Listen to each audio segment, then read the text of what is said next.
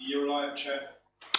Thank you. Good evening and welcome to this Central Planning Committee meeting on Wednesday the 31st of July 2024 at Maldon District Council. I declare the meeting open. My name is Councillor John Driver and I'm the chair of this committee. Members, we are streaming this meeting live as well as recording, and by being present in the meeting, you are giving your consent to being recorded. During each item, please put your hand up to indicate if you wish to speak. I will then invite you at the appropriate time. Could I ask members to avoid approaching the top table, as this could create interference with the cameras and live stream. Please note that the YouTube live stream sound recording is dependent on the correct use of the microphones. Therefore, can I ask that when invited to speak, you remember to turn on your microphone and turn it off when finished. Please reference a page or paragraph number when referring to the agenda papers and keep your contributions as clear and concise as possible. Agenda item 2, apologies for absence. I believe we have no apologies. So I'll move on to item number 3, the minutes. It's recommended that the minutes of the meeting held on Wednesday, the 29th of May, 2024, and found on pages 7 to 8, are approved as a true and accurate record.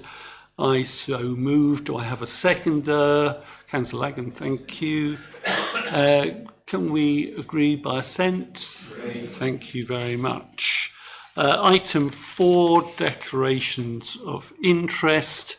To disclose the existence and nature of any disclosable peculiar interests, other registrable interests and non-registrable interests relating to items of business on the agenda having regard to paragraph 9 and appendix B of the Code of Conduct for members.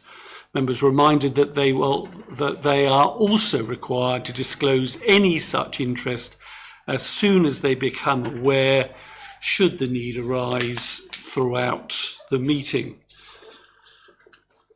Okay, we now move on to item 5, found on pages 9 to 24. This relates to land at the rear of 47 High Street.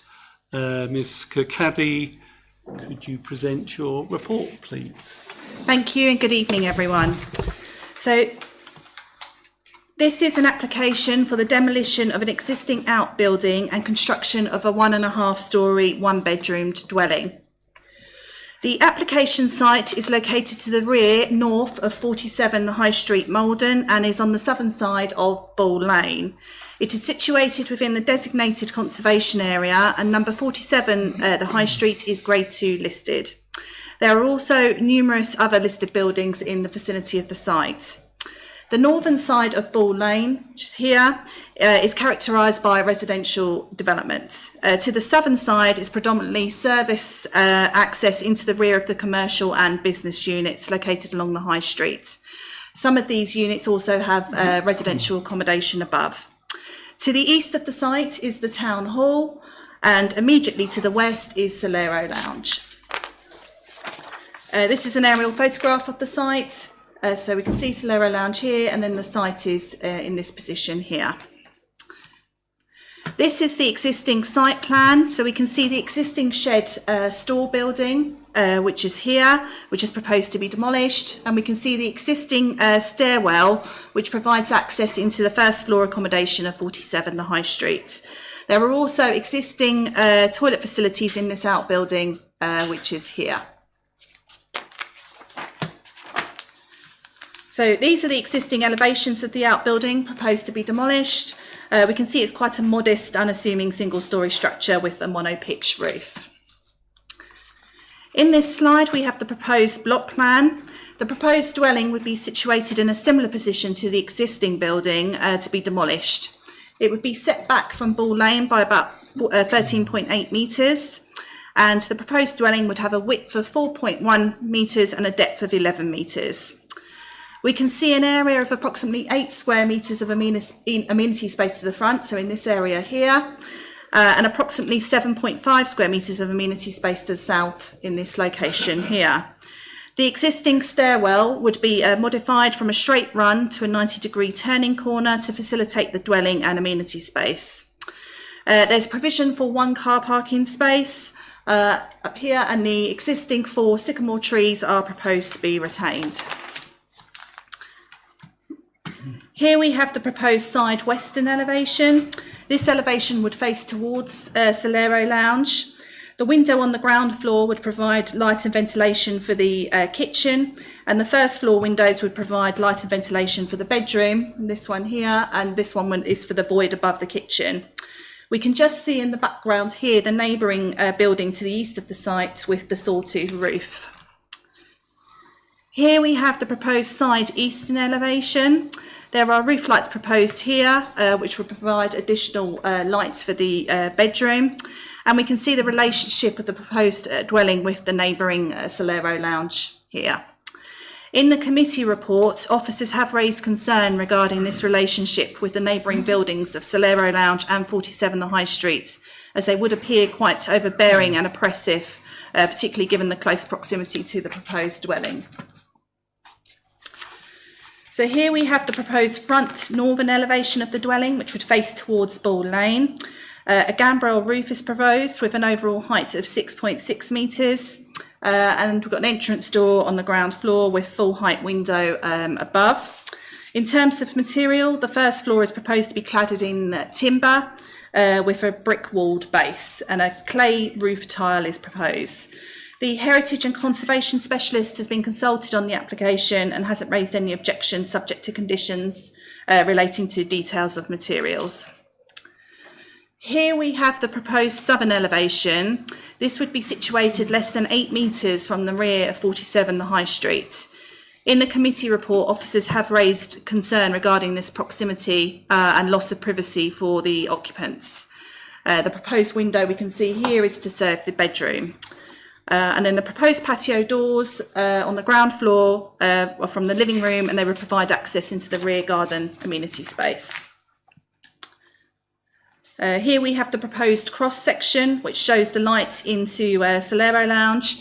There is a distance of 3.6 metres here between the buildings.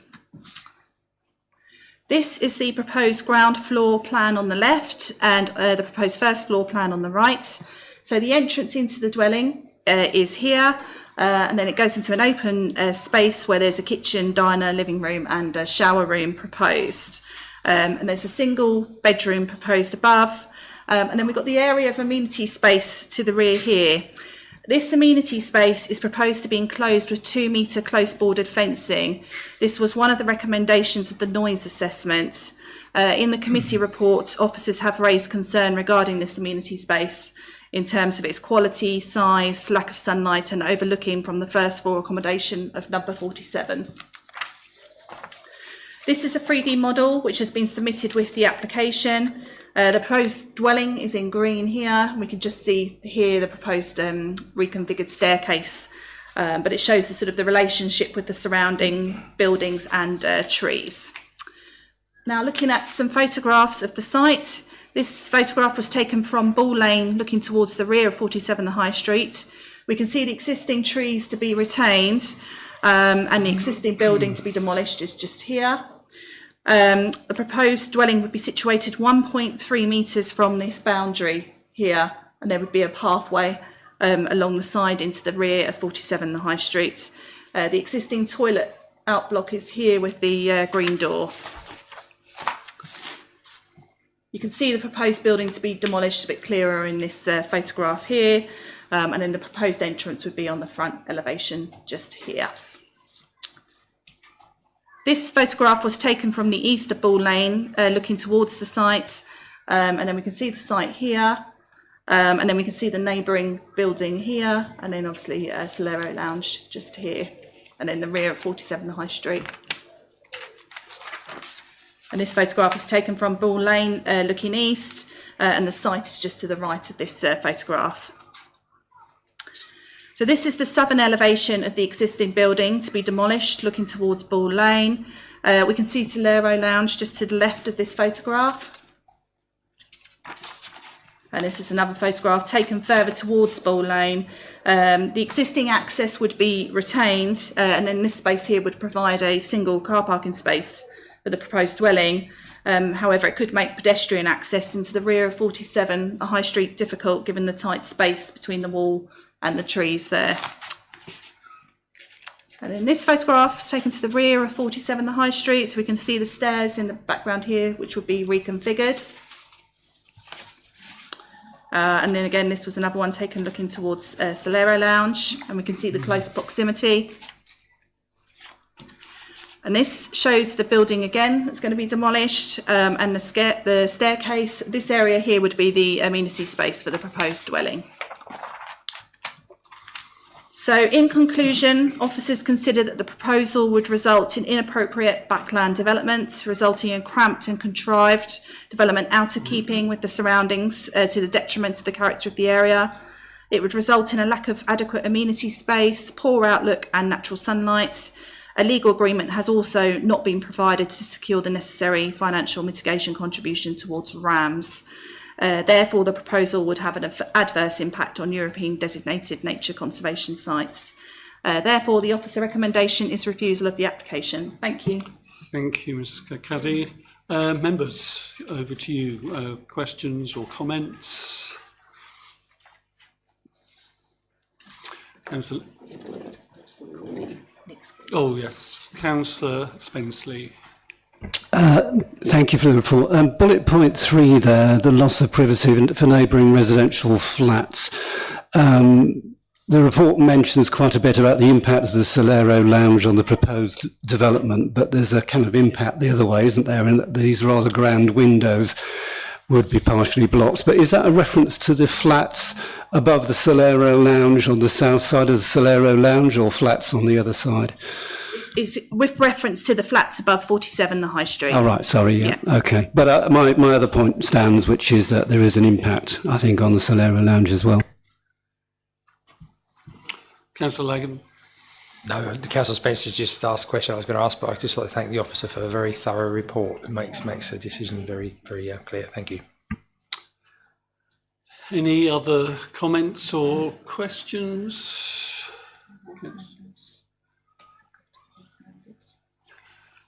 Yeah, well, any board members want to comment? No, looks like they are satisfied. Councillor Stilts. On that, I propose that we accept the officer's recommendation of refusal. Do I have a second? I think Councillor Lagan. I think you got your hand up first, Councillor Lagan. So we have proposed by Councillor Stilts, seconded by Councillor Lagan. Can we have a vote, please? Those in favour?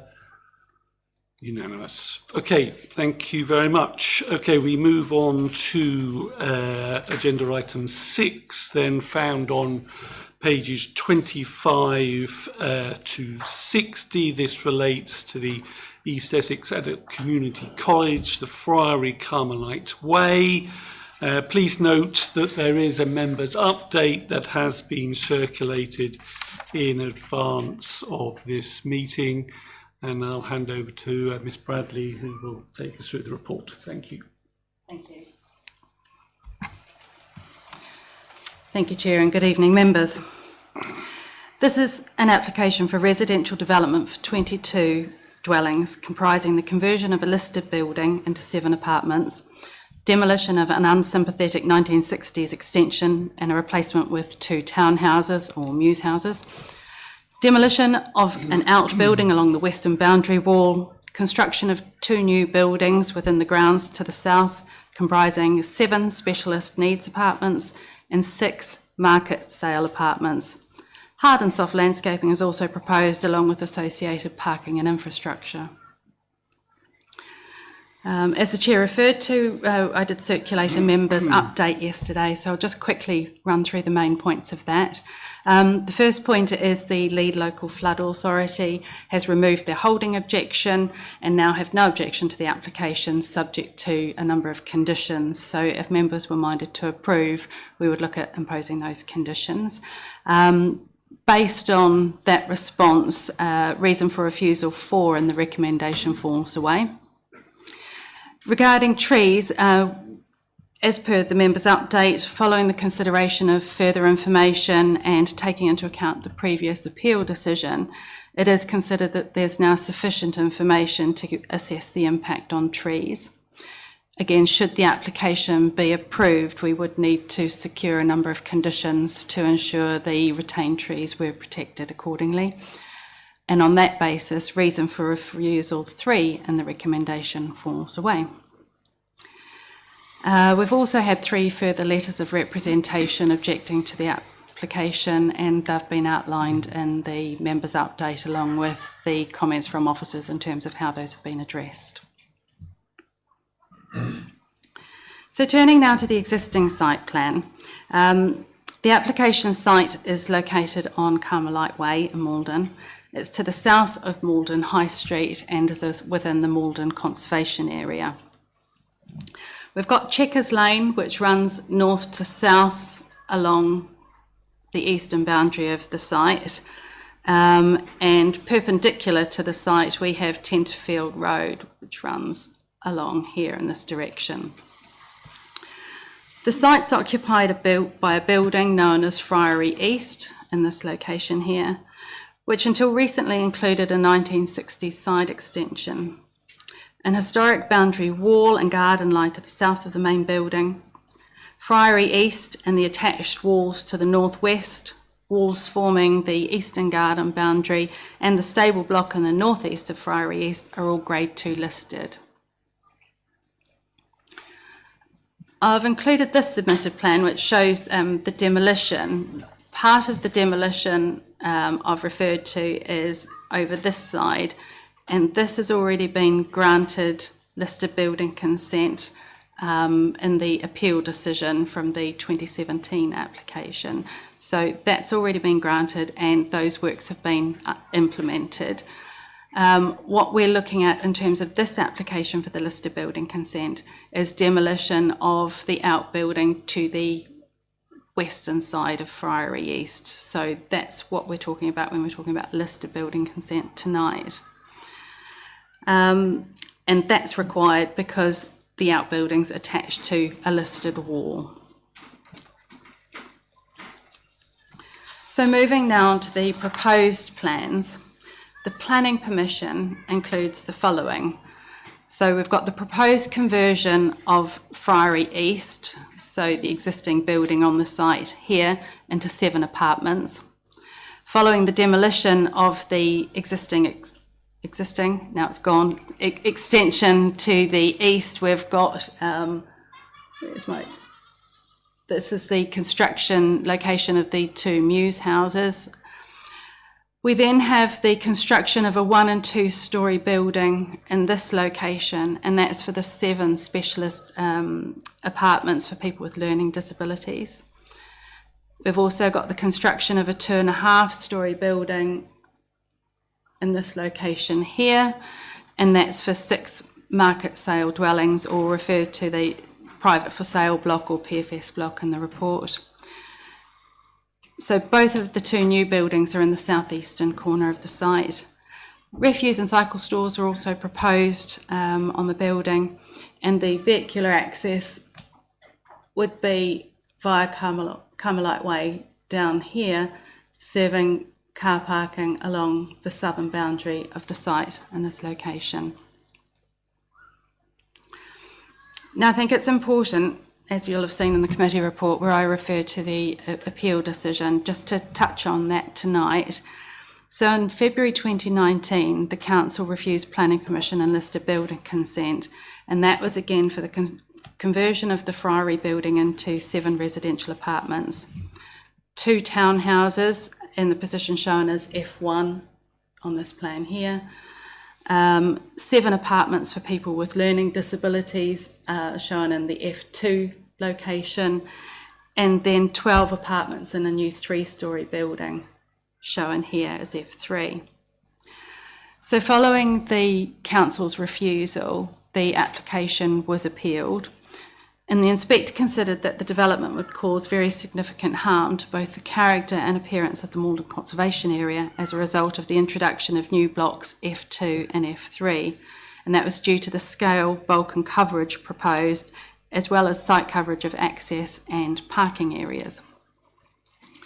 The inspector also considered that the introduction of blocks F2 and F3 would undermine the stature and preeminence of the listed building, and would therefore fail to preserve the listed building and its setting, and the planning application was dismissed.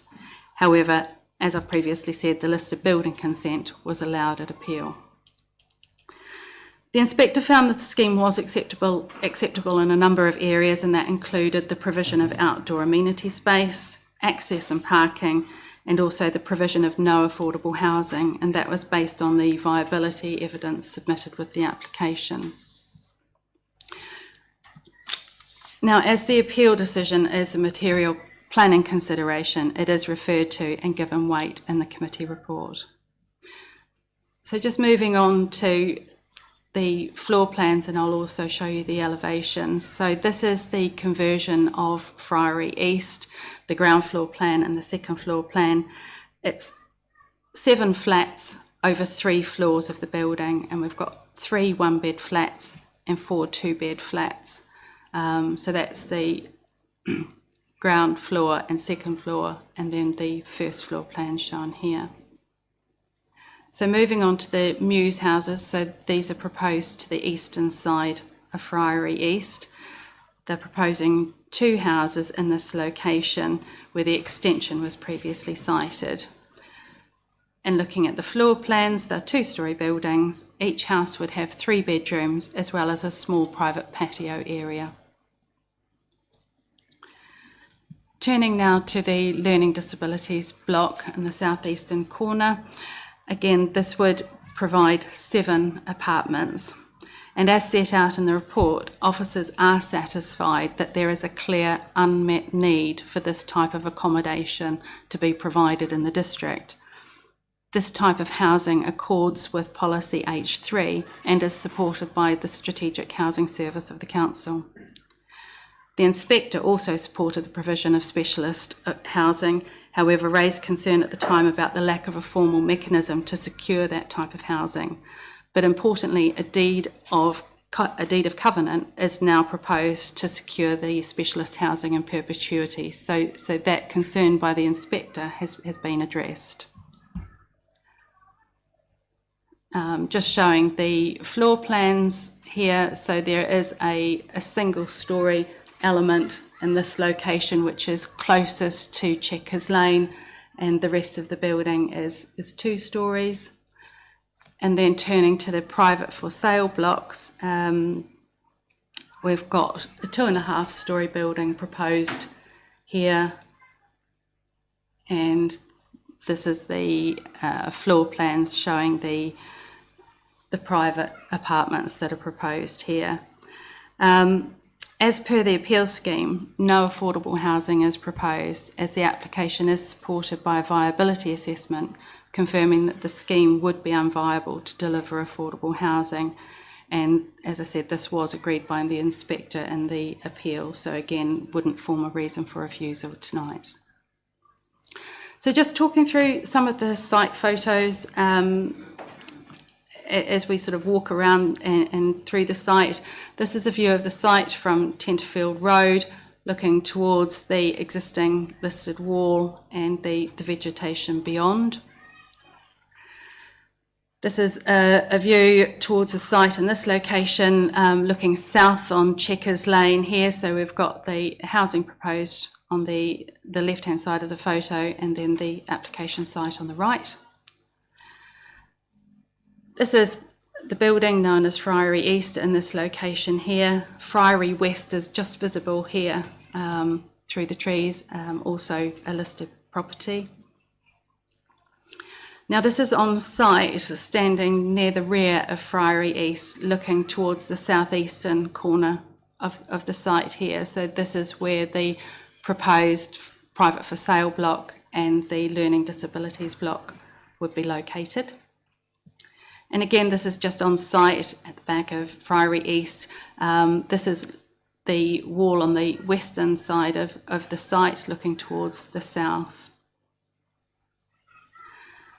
This is on the site again, and a view towards the properties on Checkers Lane and Tenterfield Road in this location here. And this is the view of Friary East taken from the southeastern corner of the site, so looking back up towards the listed building in this location here. So this is where the learning disabilities block is proposed. This is looking east towards Checkers Lane and Tenterfield Road, and the approximate location where the private for sale block would be situated. The applicants submitted a number of photo montages that I thought would be useful to show you today as well.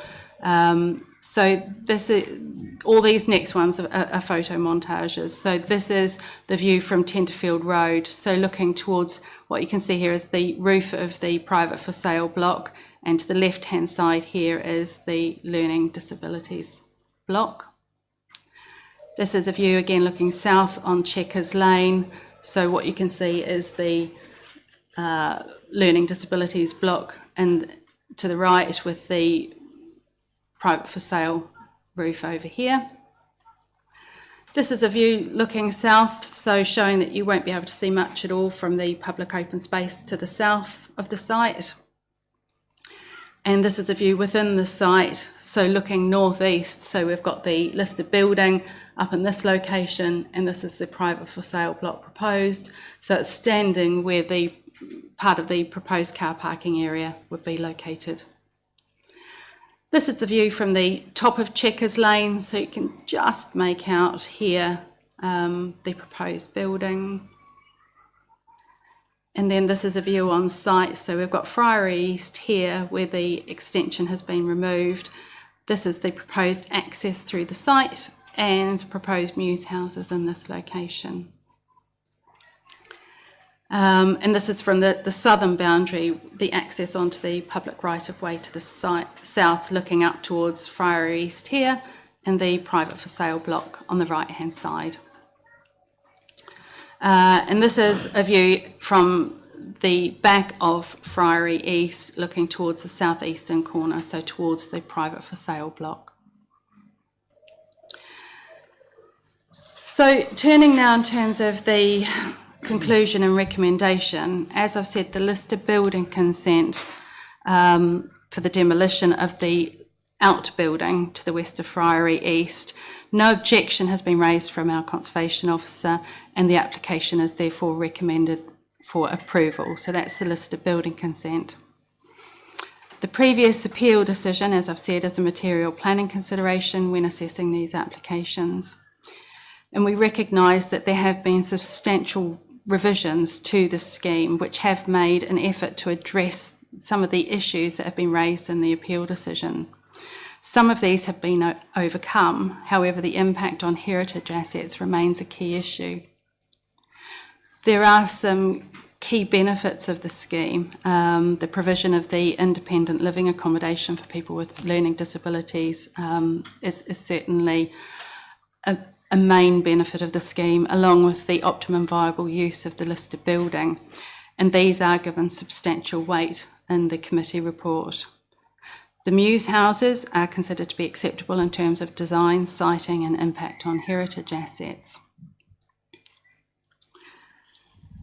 However, we do have concerns about the private for sale block and the learning disabilities block, and that's due to their size and siting and backland context. It's considered they'd appear cramped and contrived and out of keeping with their surroundings. It's also considered that the design of these buildings is not of sufficient high quality. There's a moderate degree of less than substantial harm to the setting of the listed building and also the Maldon conservation area. And for those reasons, the planning application is recommended for refusal. Thank you. Thank you, Ms Bradley. We have public participants for this planning application. So in line with the public participation scheme, I now invite them to come and read out their submissions. May I remind you, you've got 2 minutes to read out your submission. There will be a clock appearing shortly. So if you find a seat, Ms. Holloway. So firstly then, I think we'll have Ms. Holloway, who is a supporter for the scheme. So you've got a clock on there. As soon as you start, the clock will count down, and you've pressed the button. Yeah, that's great. Okay, over to you. Thank you. Okay, thank you. We've previously shared data and information which shows the demand for people with learning disabilities who want to live in Maldon. And we now hold an active list of 8 people who wish to live there, so that's increased since that was last shared with you. But this is about people, and I wanted to share with you the difference this accommodation would make to the lives of people in the district of Maldon and what can come from this. We've come a long way in social care from people living in residential care being excluded from their communities. You'll have seen Dan's video in the submitted papers, and he can speak much better than I can on the benefits of the experience of supported living, but his life has been really transformed by moving after his mum died. He's more independent and he's thriving, but without the ability to make this move, it could have been very different for him. And Essex is full of people who are living the same way from their moves, transforming their own lives and having a life that's meaningful to them. Essex County Council has a disability strategy launched in 2023, and it was co-produced extensively with people with disabilities living in Essex, and it led to establishment of 4 main themes. Good relationships, because people told us they wanted to live and grow in areas that they were comfortable with. Being active, staying healthy, safe and well, because people told us looking after their health and being able to get help when they needed it was important. And a place to feel at home, because people told us that where they live really matters to them and they need to feel safe and it needs to feel like home. So you can see how important communities are for people, how much people want to be part of them, how much they want to grow and develop their relationships, and how much the place they live matters to them.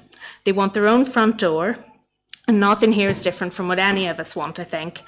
People with learning disabilities from Maldon want to stay in Maldon, and sometimes what's best for them is to live out all of their ambition and to move out of home or move to more independent accommodation. When people can be active in their community, the benefits are immense. They're confident, they keep relationships and friendships, can and do get paid jobs, and are spending their money in the community as well. But this is about people feeling valued and happier in their communities. There's your time. Thank you very much. And I think we've also got the agent here, Mr. Metzen. So again, you have 2 minutes. You hear what happens at the end of 2 minutes. So if you can press the red button and away you go. Thank you, Chair. Good evening, members. The main purpose of this application is to support some of the most vulnerable people in society, namely adults with learning difficulties. A letter was sent to the committee on Friday with a video from a young man called Dan, who explained the importance of this type of accommodation to him following the loss of his mother. I'm sure members will agree that planning is just as much about people like Dan as it is about places. At PMQs last week, Sir Ed Davey implored the Prime Minister to work with his party to grab a once-in-a-century opportunity to resolve the social care crisis. The Prime Minister agreed to do so. Policy H3 of your local plan is the critical policy for this issue locally and this application. It says that the Council will support and enable the delivery of specialist housing. These are very powerful words, but they have to have meaning, they need to be backed by action. And what has happened since this policy was adopted 7 years ago? No specialist housing of this nature has been consented, let alone delivered. We have cross-party acknowledgement that this crisis needs to be resolved, but we have a recommendation for refusal here tonight on a scheme that directly seeks to do so here in Maldon. Planning officers have deemed that the harm to the heritage assets outweighs the benefits of the proposal. We respectfully disagree. For a start, the application will bring back a prominent listed building into its optimum use. It will provide it with an attractive landscape setting within the conservation area, and it will make use of a brownfield site. It will provide attractive market homes, but critically, it will provide accommodation for adults with learning difficulties in a central, sustainable location in a manner that's transformative to their lives. The planning balance is not a scientific exercise, it's a judgment. It's for you, the members of this committee, it's your judgment that matters, and I hope that you will see that substantial benefits of this proposal clearly outweigh the limited heritage harm that's been identified. Thank you. Thank you very Thank you, Mr. Metzen. We have with us Mr. Howson, Conservation Officer, so if there are questions that members might have, Mr. Howson will be able to respond to them as well. Thank you very much. Thank you. So, members, comments or questions? Councillor Jennings. Thank you, Chair. Excellent presentation. Thank you very much for all the details. The one interesting thing I found was on the previous slide where you have, where was it? I think it was the previous one. It was regarding the Mews houses where you have no objection to the Mews houses. And Friary East being turned into apartments, you have no objection to that either. Has the applicant considered those 7 apartments in Friary East to be in fact the learning needs block instead of a completely separate block on the grounds, plus the Mews houses? Thank you, through you, Chair.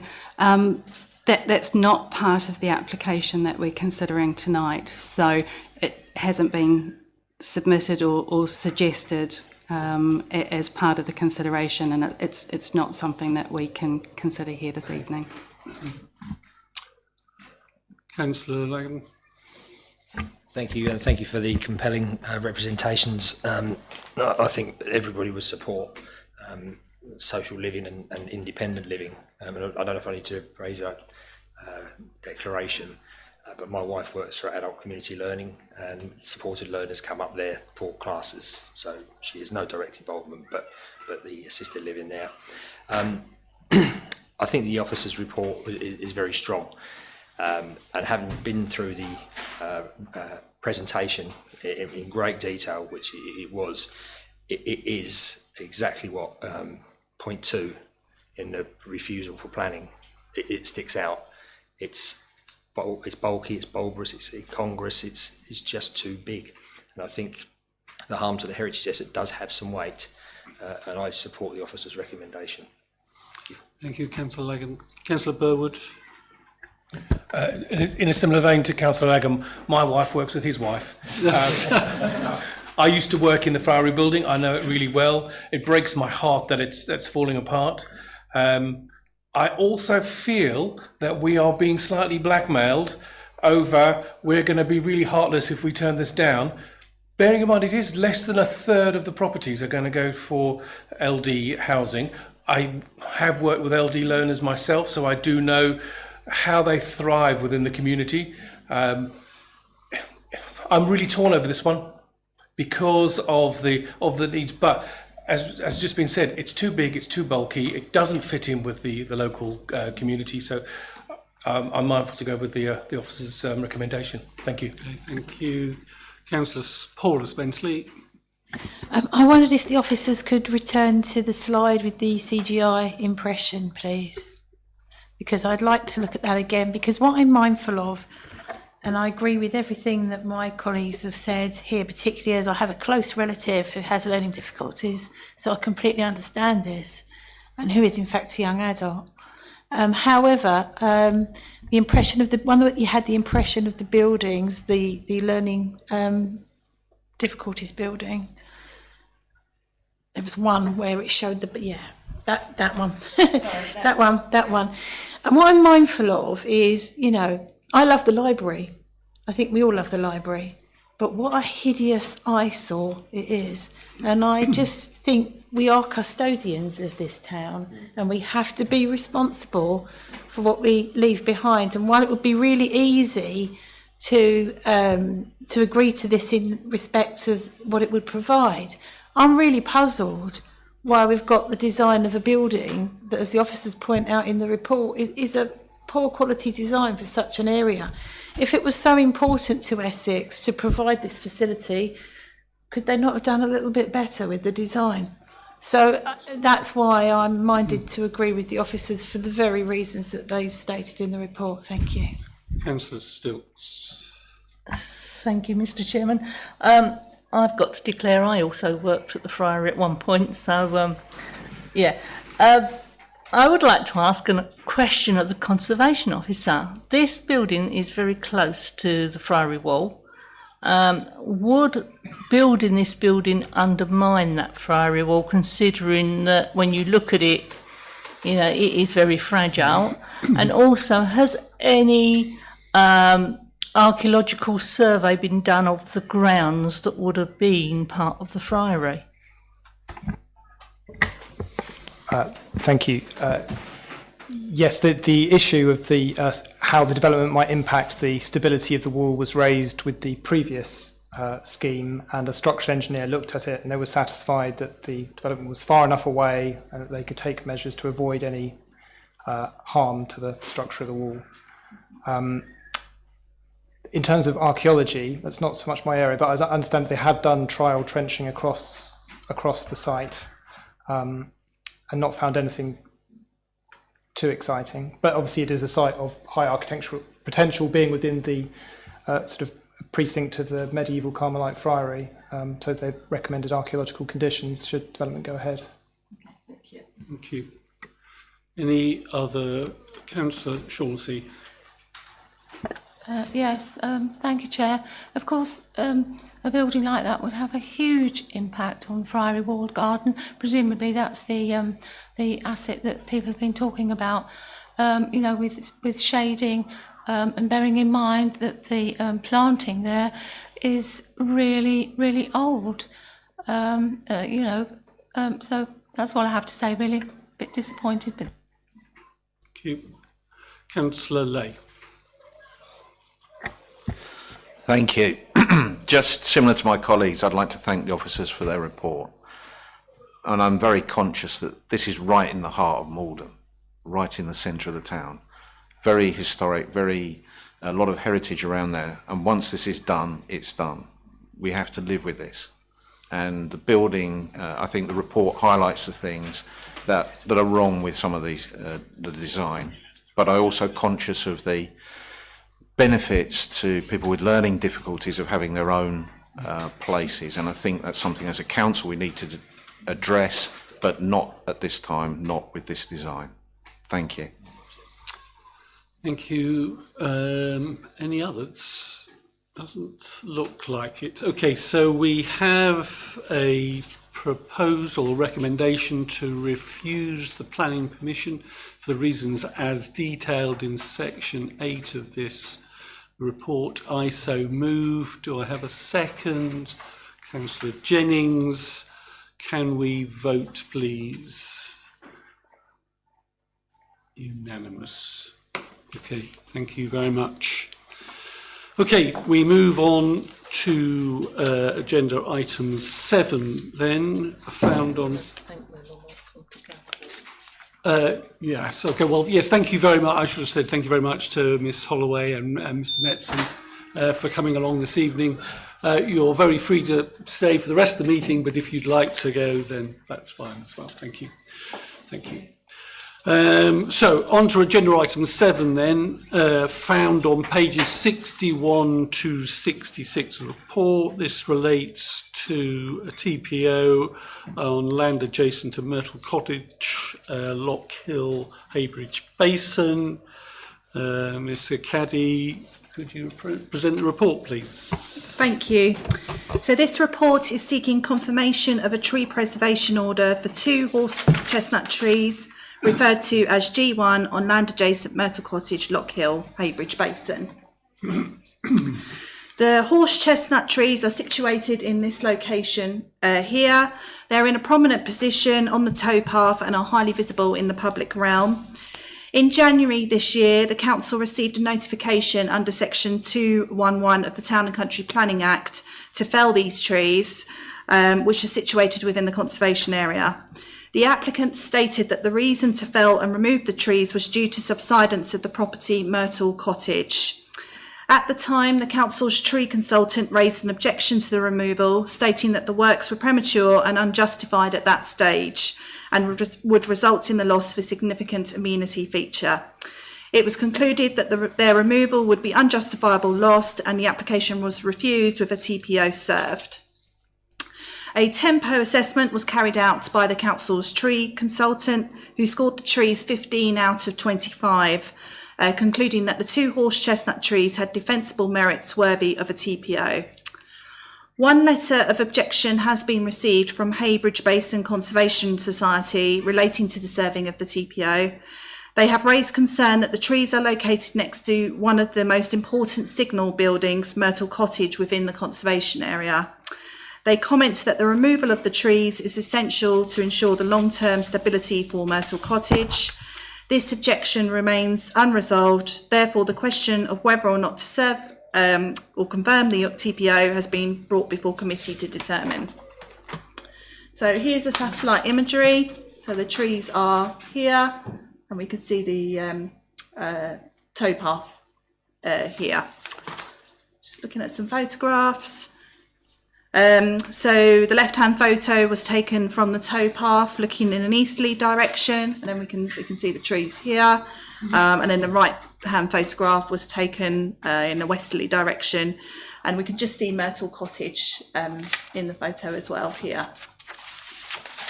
So in conclusion, the tempo assessment carried out scored high enough for the trees to have defensible merits to serve a TPO.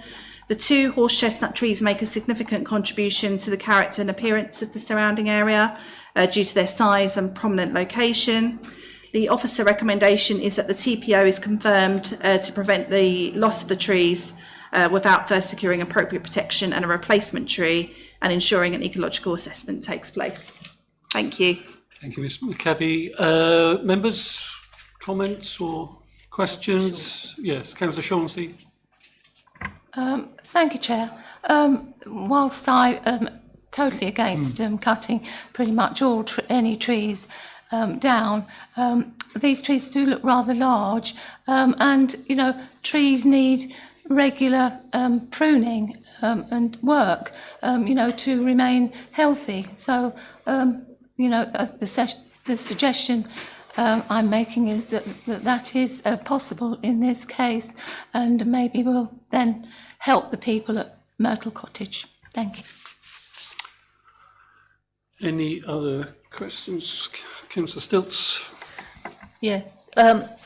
In the officer's report, does it say that these trees are healthy? Has the tree officer recommended any works to be done on them or carried out on them, like Councillor Shaughnessy has suggested, or left as they are? So the tree officer did score it as healthy. That wasn't a concern that was raised. Obviously, the issue is subsidence, I believe, with the roots from the trees that's been causing the issues. The tree officer didn't recommend any remedial works on the tree. Any other comments? No? Councillor. Do we know anything about the severity of the impact on Myrtle Cottage? Just as can you give us any more information on that? So they did submit a report regarding the issues to the foundations, but the tree officer had a few points of clarification and required further information in the report. There wasn't enough detail in there, hence why the application was refused in January, and why we proceeded with serving a TPO. We don't have any. Not at this stage, no. Councillor Burwood. Being a novice on TPOs, 15 out of 25, what does that actually mean, please? So 0 is not worthy of retention. 25 is the highest score you can get. So in this case, it was 15, so it was classified as defensible. Any others? Any other comments? No. Okay, so we have a recommendation to confirm the tree preservation order, TPO, without any modifications. I so moved, or have a second. Councillor Stilts. Could we have a vote, please? Those in favour of the recommendation? Unanimous. Okay, thank you very much. On to agenda item 8. Any other items of business that the chair decides are urgent? I have none. you'll be glad to know. So just before I close the meeting, thank you very much for the reports. They were very clear, very helpful. Thank you very much for them. So on to item 9 then. I declare that the meeting ends at 8:20. Thank you very much.